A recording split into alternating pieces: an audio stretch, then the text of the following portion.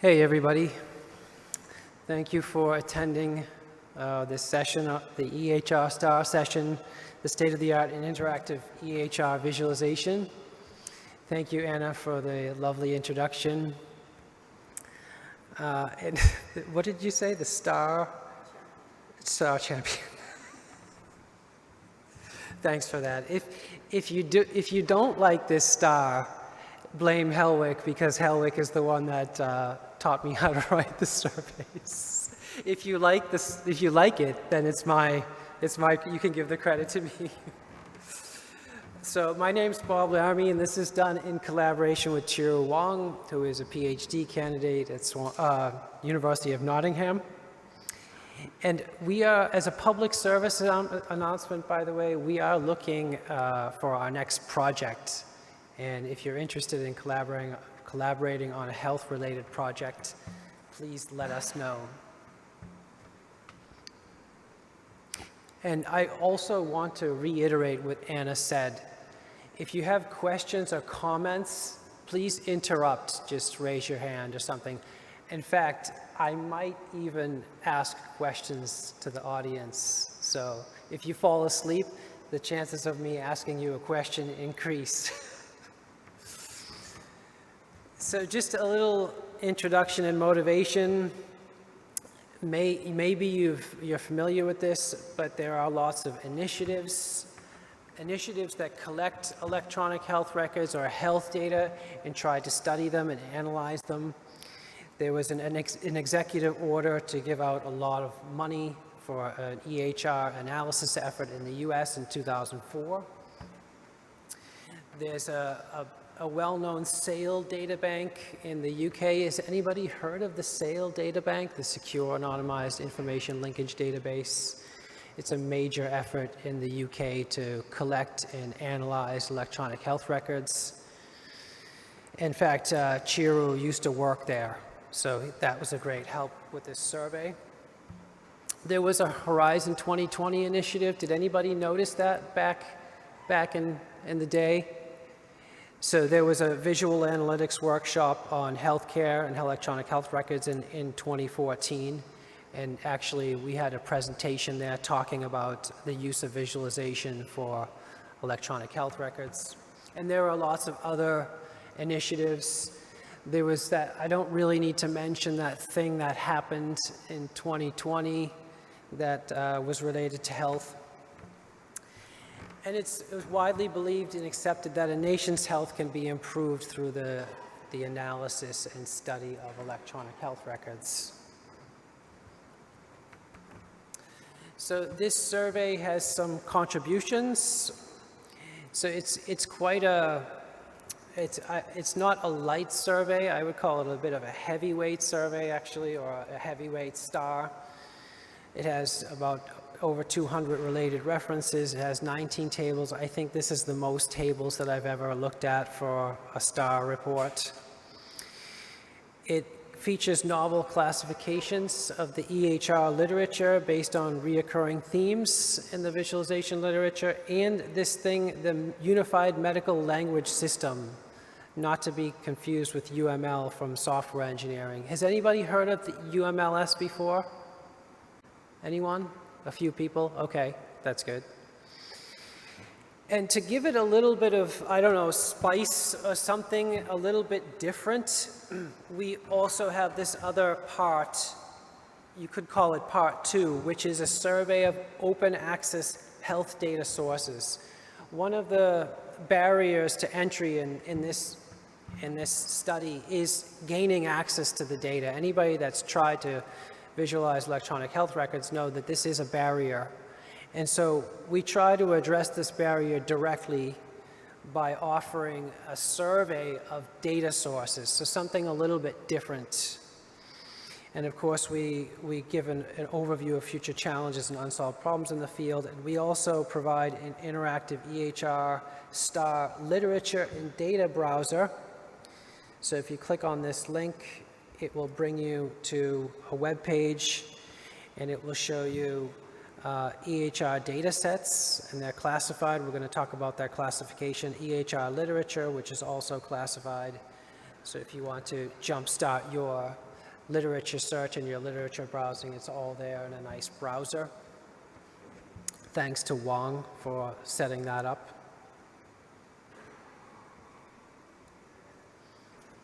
And that's an image capture of the EHR Star browser, just in case I wasn't able to get Wi-Fi access during the talk.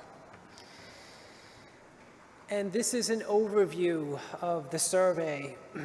So it has a lot of different sections.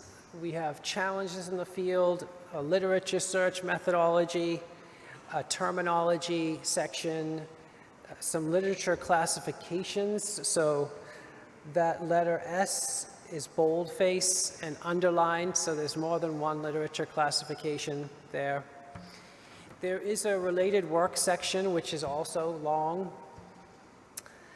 I debated with myself for several hours whether or not I would include that in this presentation, and I decided to leave it out, actually, because I don't want the presentation to run for days. You know, I wanted to try to, so I thought, okay, I will cut out the related work, but I do have a few slides, like supplementary slides. If somebody wants to see the related work, I have some supplementary slides that we could show at the end during the question and answer time.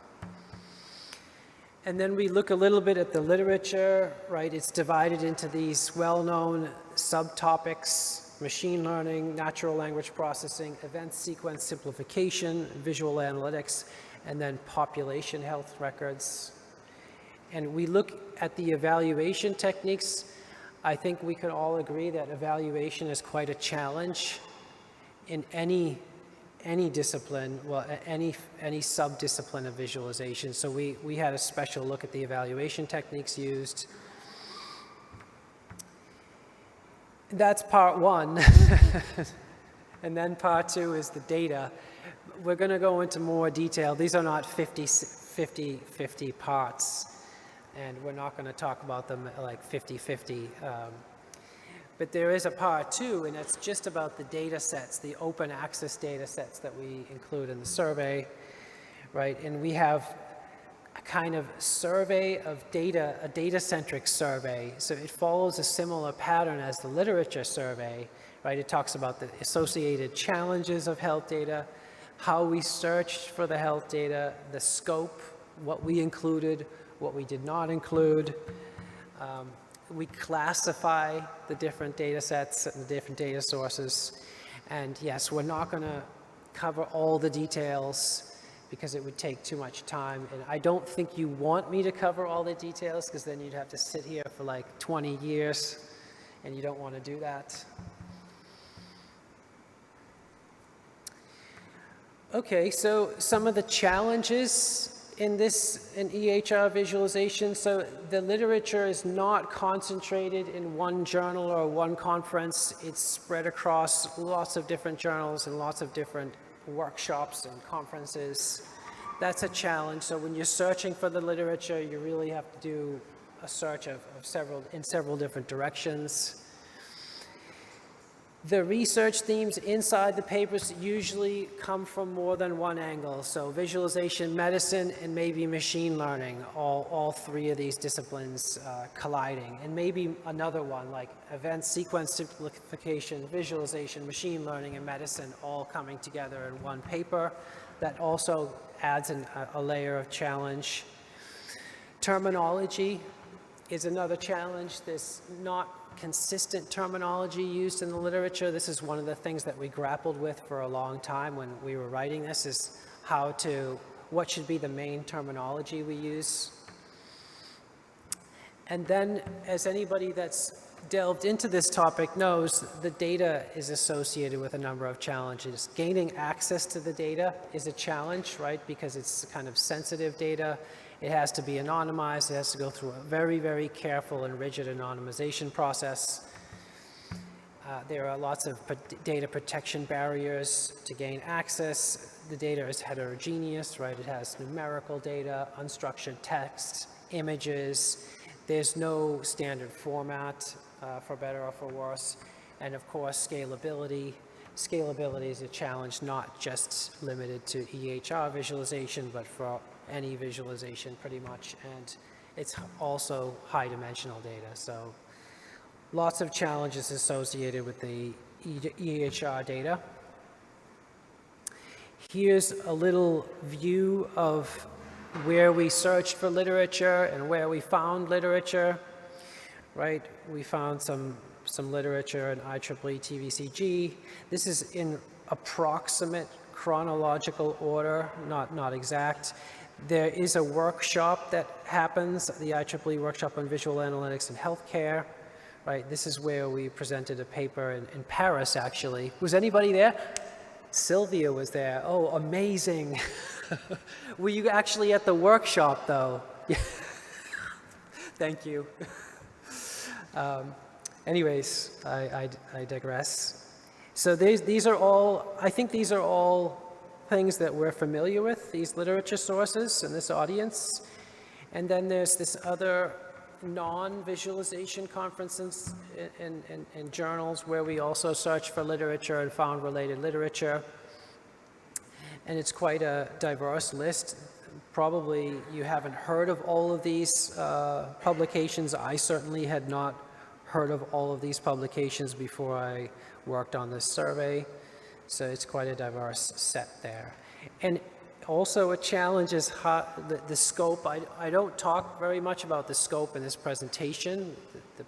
The paper goes into the scope, but defining the scope was very, very tricky for this. But generally speaking, we included the paper if it was published after 2011 and customized specific software was built for the visualization of EHR data, not just off-the-shelf software that's being reused.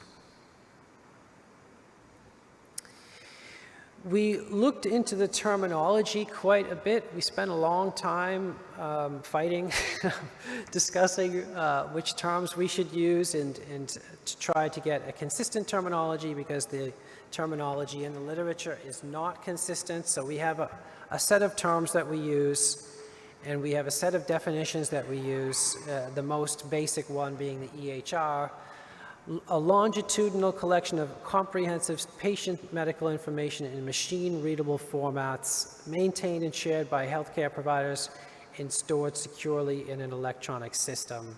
You'll find several different definitions of EHRs, but this is the one that we like the best, basically. And then there are several variants on this theme, like electronic medical records.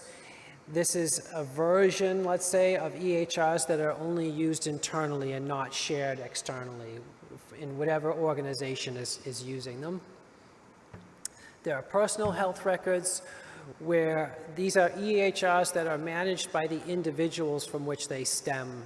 So the individual decides whether or not it can be used for analysis or not, and by whom and when and so on. We use the term population health records in the survey quite a bit. We use EHR and PopHR quite a bit. These are EHRs that address a cohort or a subpopulation.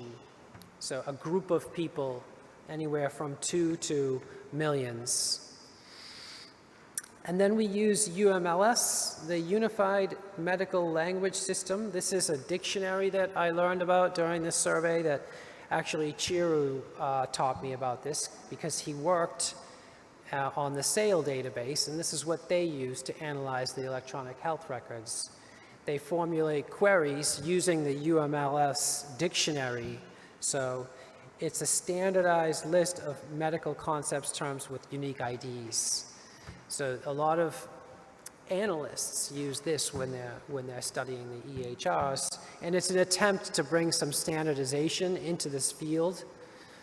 And so we also tried to incorporate this into the survey, right? This is a little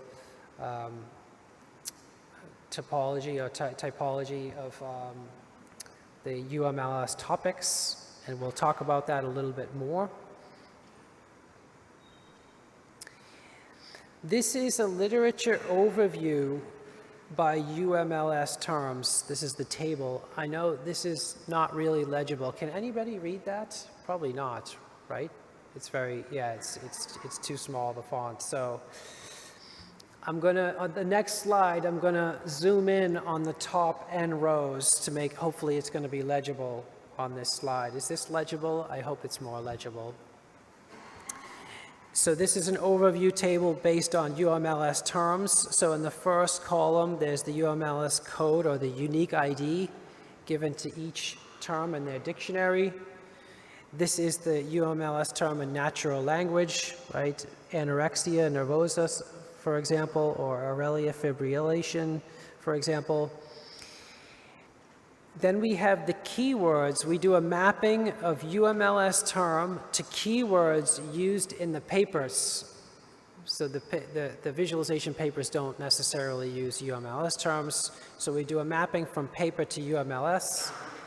And then these are the actual papers, and they're put into different columns depending on how many electronic health records they visualize or depict or analyze or study.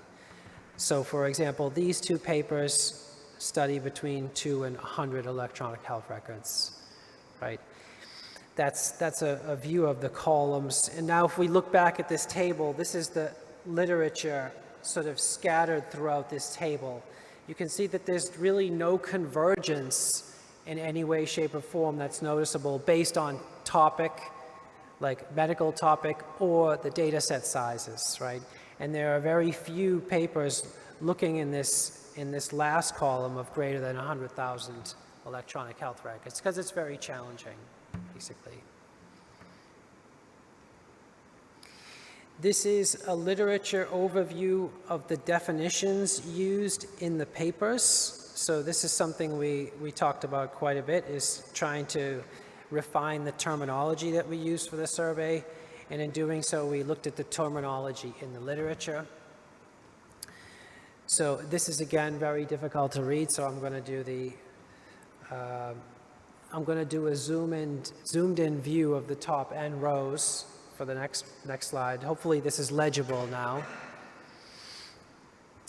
In the first column, we have the paper, and these are sorted in chronological order by year of publication. And then we have the terminology they use in the remaining columns. So, for example, the paper by Horn et al. Uses the term EHR, right? And the paper by Bui et al. Uses the term EMR, or electronic medical record. And then if there were other terms used for EHRs or EHR-related concepts, we put that in the third column, right? So you can see clearly that there's a lack of standard terminology, like computerized patient records, time-oriented clinical data, medical data, personal medical history, and so on, all referring to the same really electronic health records. And then we have a little checkbox if it was published in the visualization community or somewhere outside, defined by those two tables that we saw, and it's in roughly chronological order. We also have this color coding that we use in a lot of the tables. You'll notice that these are green. We call these context papers. The green ones context papers, so they're historical. They go further back in time. So they serve as a historical context to the subject, but we don't go into detail about what their contents are. And then we have the focus papers that are more recent, and we go into more detail about their content in the survey. And if we go back to the overview table, you can see it's not easy to find any special patterns in there. But you can see that EHR is the dominant term used. So that's question or comment? Anybody want to provide a microphone? I hope it's an easy question. It's very easy. Is it working? Yeah, okay. Yes. It's very easy, actually. When you retrieve the papers, Yes. Did you also retrieve papers that were in terms of techniques that used electronic health records as study cases, or it's more... As which cases? As study cases. Study case, Yeah. like a use case. Yeah, use case, for Yes. instance. Is that the whole question, or was there more? And there is another part of the question. When you say in the visualization community, do you mean also journals such as Computer Graphics Forum, or just conferences? Yes, when I say the Viz community, I'm referring to these, what we call Viz venues. That's an easier question. So we included papers. The first part was about the scope, and the scope is tricky because if the scope is too broad, you never finish and you include millions of papers. So our scope is, the answer is yes to your question, the short answer. If the software that's featured in the paper is especially developed for the purposes of electronic health records and not just pulled off the shelf. It's not, if it's just Tableau, not that there's anything wrong with Tableau, but if it's Tableau, it's not featured, but if it's customized, special purpose, built software, then. And another feature is interaction. If the software is interactive, it will more likely be included. So if it's just static charts like bar charts and line charts, it's generally not included. Any other questions so far? I think I saw somebody falling asleep. You might get called on.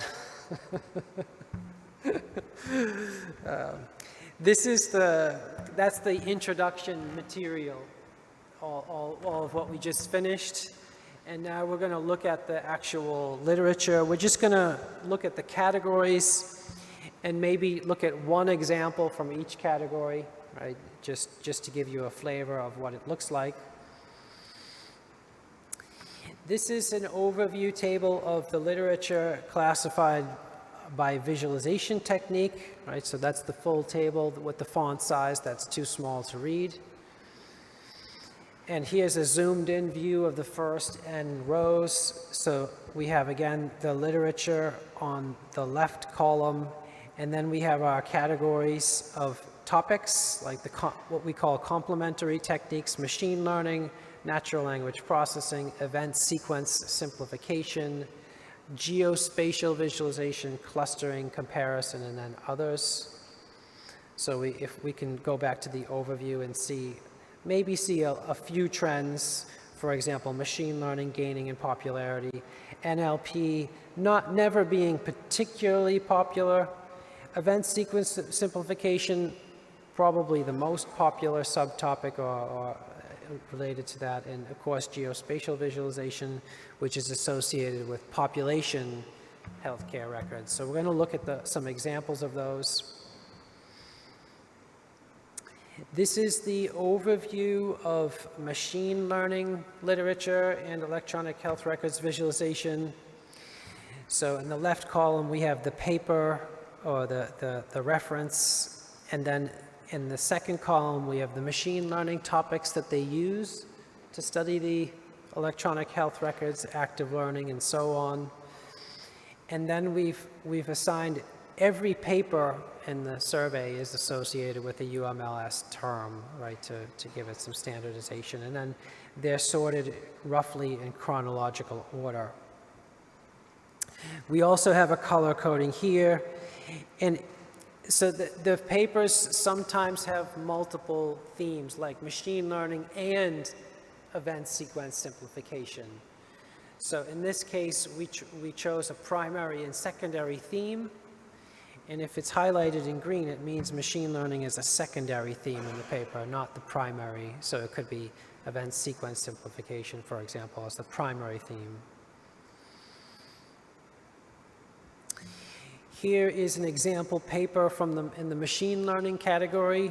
I don't think anybody's too shocked or surprised that there's a machine learning category of EHR visualization papers. Carefree by Jin et al.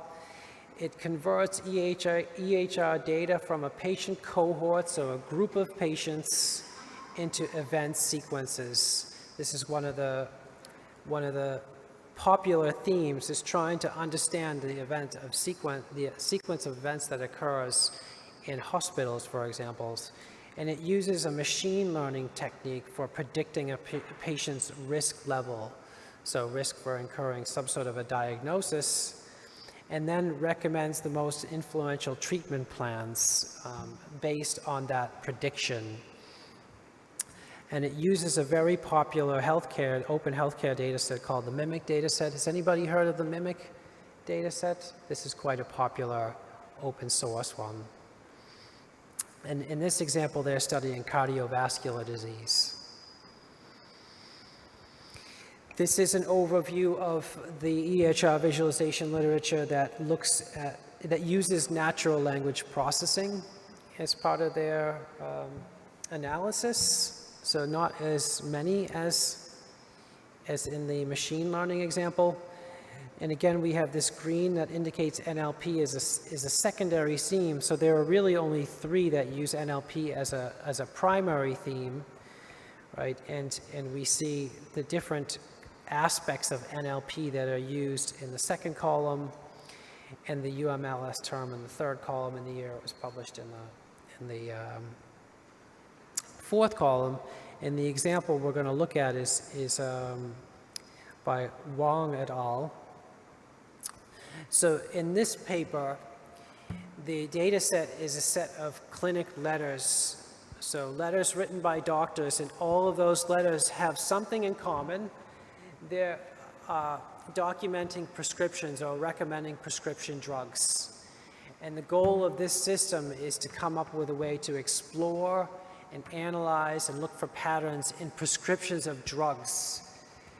Because analysts are looking for special combinations that they expect to go together, but they're also looking out for combinations of drugs that shouldn't go together. So for example, or conditions in which, so for example, some drugs should not be prescribed for pregnant women, for example. So in this system, they can look for those drugs, those drug prescriptions and other natural language terms like pregnancy, and see if there are any unexpected combinations.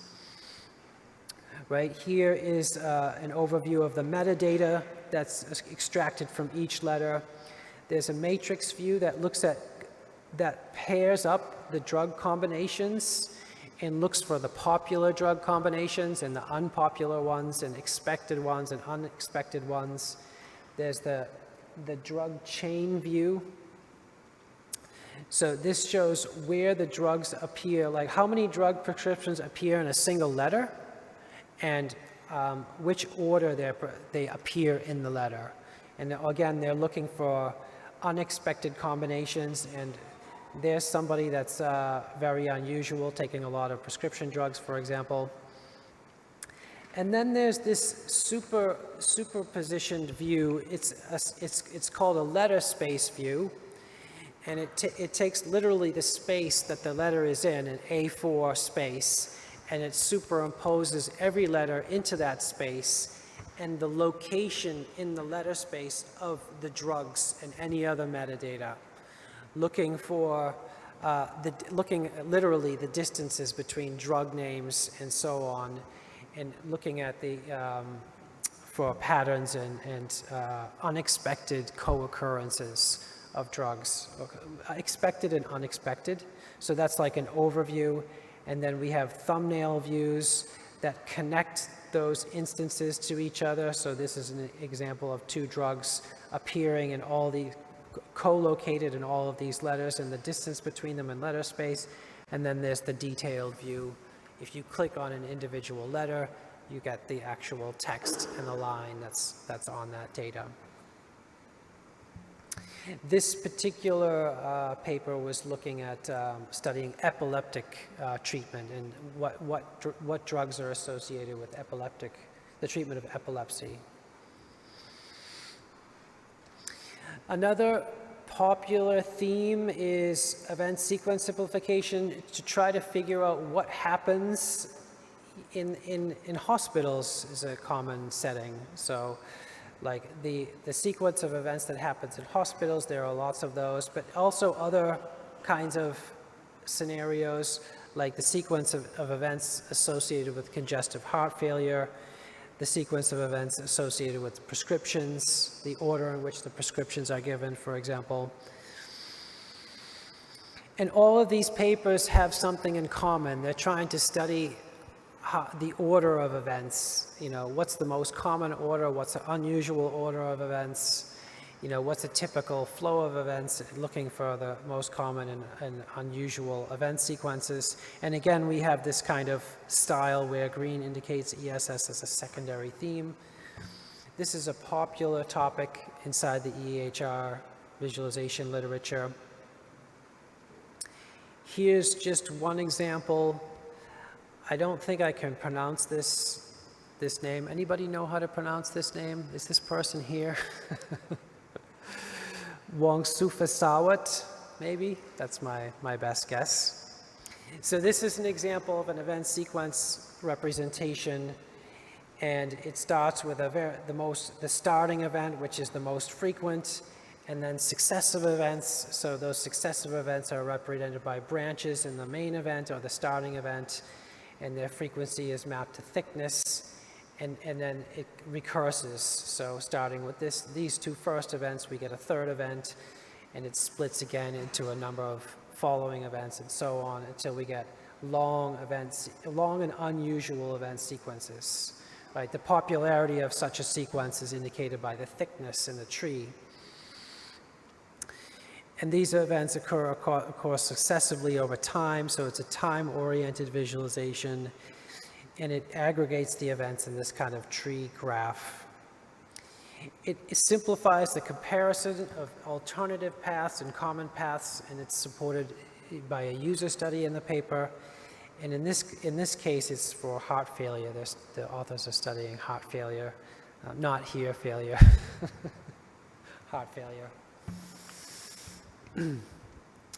We have another collection of papers looking at using visual analytics and trying to focus on innovative ways to compare. And there is a kind of comparison survey. Does anybody remember the comparison survey that was published a few years by Michael Glyph? And I don't know if there was another author on there, but the comparisons are categorized into 3 different types. There's juxtaposition, so next to each other, superposition on top of one another, and then explicit encoding, which is drawing lines between corresponding pairs or triplets. This is the collection of literature that focuses on comparison, and you can see that juxtaposition is the most popular comparison technique, right? And we're going to look at an example of a comparison. So this is one example. This is a radial coordinates example by Borland et al. So it's combining a number of visual designs, so parallel coordinates and a radial layout combined. There's actually a scatter plot in the middle there. It's not so easy to see, but it's there. And then there are chord diagrams that connect the different dimensions together to indicate relationships, right? And this supports comparison of high and low prevalence values. In this example, this is being applied to the Public Health England data, and this user has chosen the region of London or the city of London, and then the corresponding prevalence values are mapped along the parallel coordinates in the radial view. And you might notice here that if you choose London, then you get a low prevalence value for a lot of the health conditions, except for mental health. Okay, and then we have clustering as one of the topics. Not a lot, but there's this one called others, where papers that we couldn't fit into a category. Not many, luckily. So here's an example from the clustering section. So this is DICON by Goetz et al. And it's exploration of cohort similarity, so groups of patients, right? And that's usually associated with POP HR. And each one of these icons represents a cohort, and then the clusters can be refined by the user, right? The similarity metrics can be tuned by the user and refined and edited, and the clusters can be subdivided and grouped together all by the user. So dragging, dropping, merging, and splitting clusters is all supported by this system. And in this case, the paper is studying diabetes. And one of the last sections is population healthcare records. So these are the analysis of cohorts or groups of people, right? Anywhere from 2 to millions, like entire countries. And we have the list of papers on the left column, the geospatial regions that are covered in the second column, and then again the UMLS terms in the third column and the year which they're published. Of course, we're going to pick an example from the UK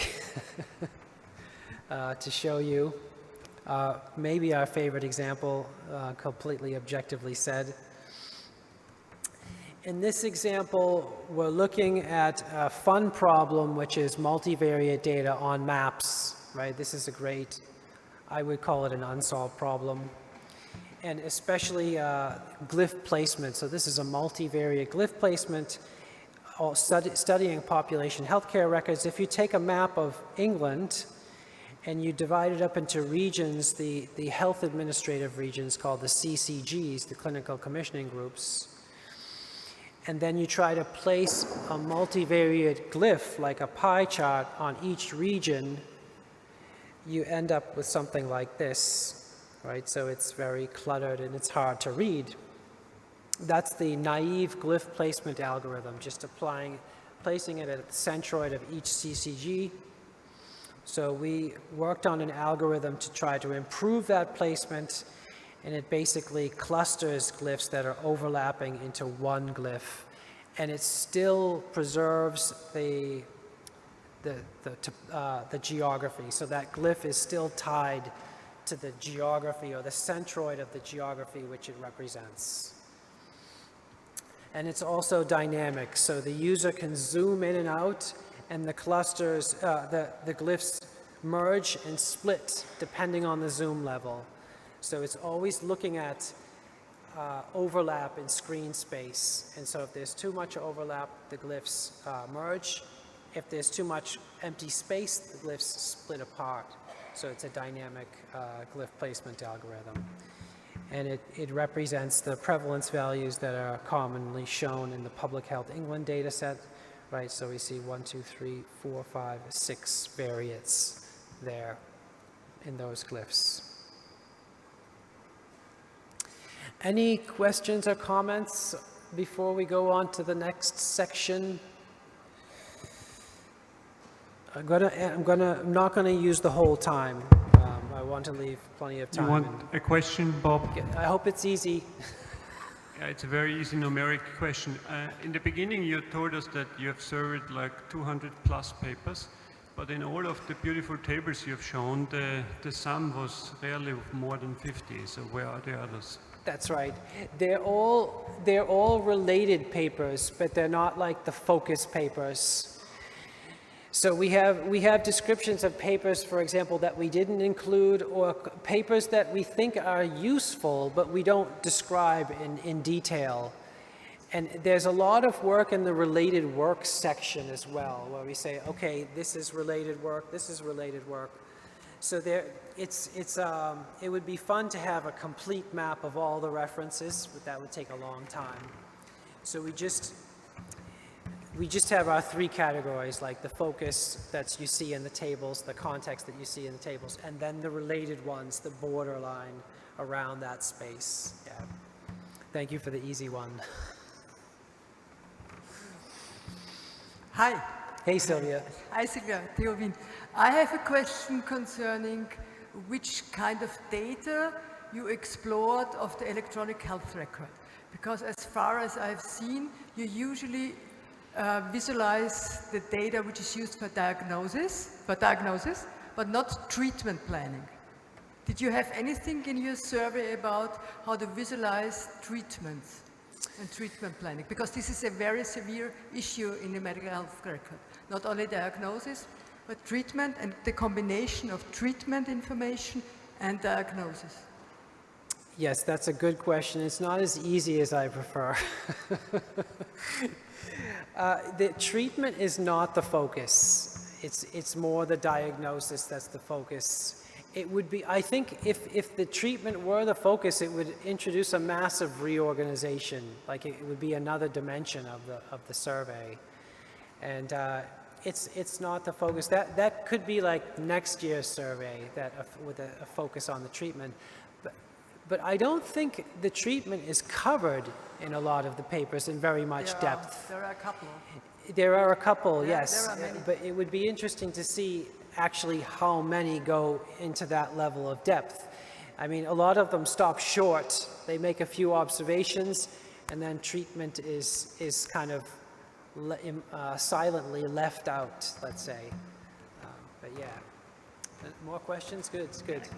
I have only one short, easy follow-up. Yeah, good one, Easy okay. Easy follow-up question. Usually, if you deal with electronic medical health record, you have a lot of uncertainty included, also concerning the temporal dimension. I haven't seen any example in your case. Any example of which information? Tackling uncertainty. Uncertainty. Value uncertainty and temporal uncertainty. Yes, that is not a focus. We do mention it. We mention it as one of the data challenges. And I don't know if it's going to be coming up on a slide or not. I don't think I have that as one of the data. But there's a data quality challenge.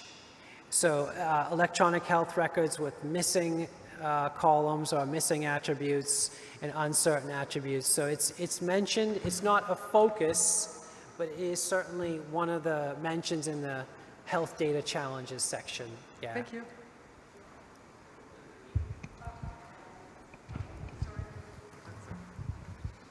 Hi. Thank you for this great work already. Since Thank you. You're not finished yet, I know. But I was wondering, since this is a star that is also domain related, so that the medical user is somewhere also in this frame here. Yes. And I find it, when I work with medical doctors, I always find it helpful that they are quite visual thinkers, and they're using visualization in their practice already. How much did you look at visualizations that are already in use, Kaplan-Meier curves, etc., that are also context? They're not developed visualizations by the visualization community, but they're important for us to know that they think like that to build nice and usable visualizations. Is that something that you looked at? So I'm going to hand wave a little bit on this answer. We talked a lot, at least probably a year or something, which is a long conversation, about the scope. The scope of this survey was quite a challenge, trying to define what's in and what's out. So that, I would say, we said that's out of scope, because we were struggling with the scope for a lot, in a lot of ways. If you look at the PDF, you'll see, okay, this is not a light survey or a light star, it's a little bit of a heavy one. And so yeah, we left out to keep the scope more manageable, we left out that. Well, we didn't focus on that aspect, yeah. But it would be an improvement to have some domain experts as co-authors on the survey, you know, and have a version that comes with the domain expert perspective more as a central dimension in the literature survey. We wanted to leave some room for improvements for future surveys for our audience to publish as well. Questions, comments? Yes, I also have a question. Steffen Oelze-Jaffa, Hannover Medical School. Thanks so far. And I was wondering, it's a related question, I think. Did you also investigate which of the techniques that you saw have ended up so far in commercially available tools, in tools that the physicians will use? And in my experience, I would guess not so many. And I was wondering, is that because the physicians do not really request these visualizations, or the vendors are ignoring their requests, or what could be the reason? That's a very good question, and that sounds like another great survey for the future. We didn't look at the commercial aspects of that, of the visualization of EHR data. But from my my experience in listening to other members of the community, I wouldn't call myself an expert in this area. From listening to some colleagues that I consider to be more expert users or expert researchers in this area, I have heard many anecdotes that it's very difficult to penetrate like real-world clinical practice in this area. And my guess is because doctors and physicians and anybody working in this area are already overloaded, and they don't, you know, if you ask them to do even more work, then it's just too much. And I've also heard that from practitioners in the healthcare system directly, with whom I've spoken to directly. So I'm guessing this is one of the barriers. And of course, the other classic barrier was addressed in the VisGaps workshop, right?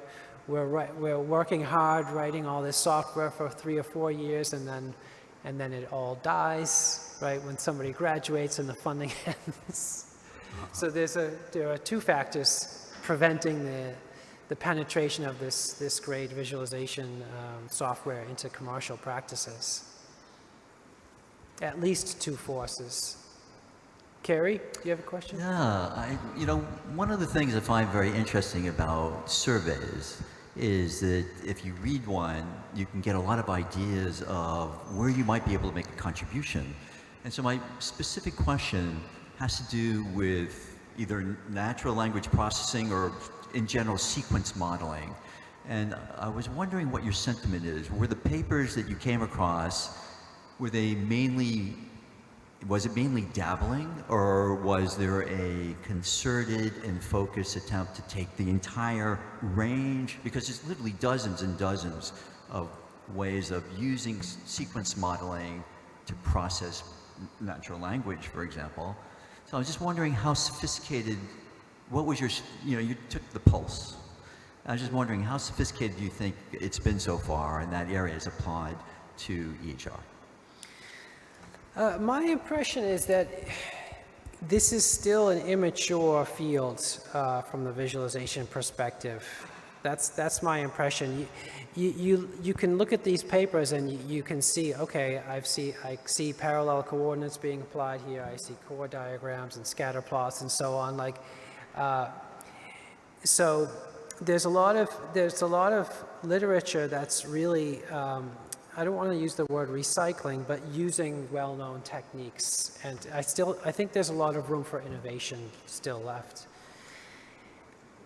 The other thing is, you can see from one of the tables that the scalability is a real issue. Which table am I? The one that showed that, I think it's the very first table. Yeah, I mean, the papers are, like, for example, here's a whole set of papers looking at just one electronic health record at a time, right? And these are looking at, you know, from 1 to 100. And the ones that are looking at large numbers of electronic health records are really limited. So I have a feeling that there's evidence here that there's a lot of room for innovation to address this problem of very large collections. Electronic health records usually come in the millions, right, or billions. Like the SAIL database is always advertising that they have billions of electronic health records. So I think there's a lot of room for innovation in that aspect. Another question. Okay, wow. Okay. I would propose maybe that you finish the talk and then it doesn't matter. Do you have a lot? I just have a few more slides. I did that on purpose. I didn't want to make this a long presentation, and I was hoping to keep it like short to leave plenty of time. So another question, and then just. Maybe I'll offer an explanation as to why you're not seeing in this set of visualization papers very many that involve a large number of records. And I wonder if that is the inevitable thing of where you've sourced or perhaps not where you've sourced the papers from, but the criteria that you applied, which was specifically saying, right, we're going to look at the development of new visualization techniques. Because as you've just said, and a lot of us know, it's routine for the health data research on specific disease and so forth to be involving, you know, tens of millions of records through statistical analysis. But I also think the biggest challenge that the clinical researchers that I deal with have is of, I would say, of bringing together and integrating the data that they have rather than the need for visualization techniques. But there may be ways in which we as a community can play a supporting role in that through visual and visual analytic systems. Mm-hmm. Yes, yes, I agree. There was no question there, it was just a comment, correct? Yes, I agree. I could answer an imaginary question too, which was, I mean, data access is definitely an issue.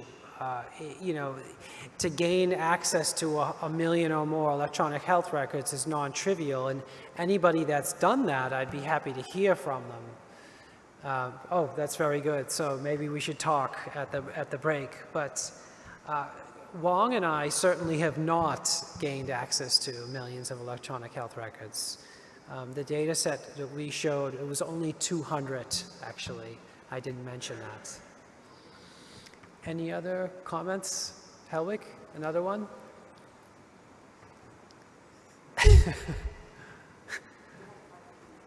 Okay, 5 minutes, that's okay, that's okay. I don't mind, it's...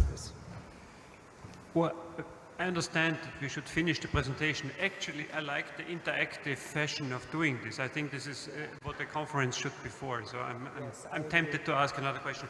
Actually, it's a reaction to what you said before, Bob, because on the question why there isn't more adoption, you said that clinicians are maybe already overloaded. But I was wondering whether there isn't a much broader range of users.